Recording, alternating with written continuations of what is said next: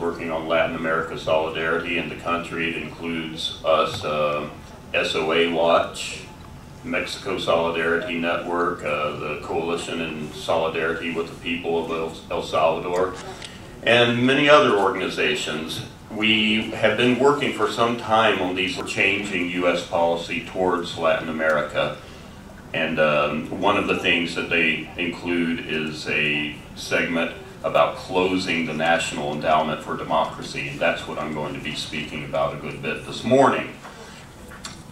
In terms of the National Endowment for Democracy, I suspect most people, if you just go out on the street and ask somebody what is the definition of democracy, they're going to say something to the effect that democracy means that the people rule, or democracy is the will of the people, or they would define democracy as one person, one vote, that sort of thing.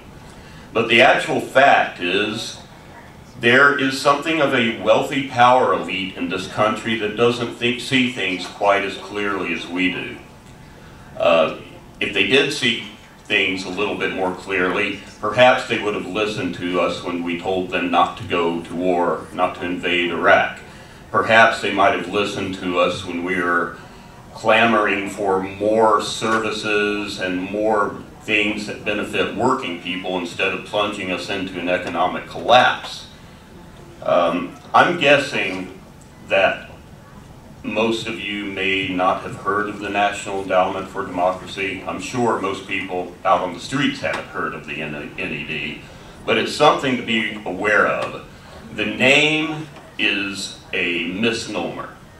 It is not really a National Endowment for Democracy. What it is a national endowment to make sure that countries in the world are friendly towards transnational corporations and towards U.S. political and military objectives in the regions. That it just doesn't have a whole lot to do with the concept of the people rule or the concept of one person, one vote. Really, the definition of democracy championed by the National Endowment for Democracy can be called, and when I use liberal there, I'm not talking about the way we use it in common parlance in this country. I'm not talking about, people that believe in more services for poor people or that, in more education funding. What it means is liberal in terms of trade, in terms of access of corporations to resources. And the present mutation of liberal democracy is neoliberalism, or neoliberal democracy, which is really just the idea that resources, natural resources, cheap labor, markets should be open to private development by big corporations anywhere and wherever that they go. The NED, its only purpose is to influence and interfere in elections in other countries. That's why we believe the NED should be closed. It should just hands down be closed.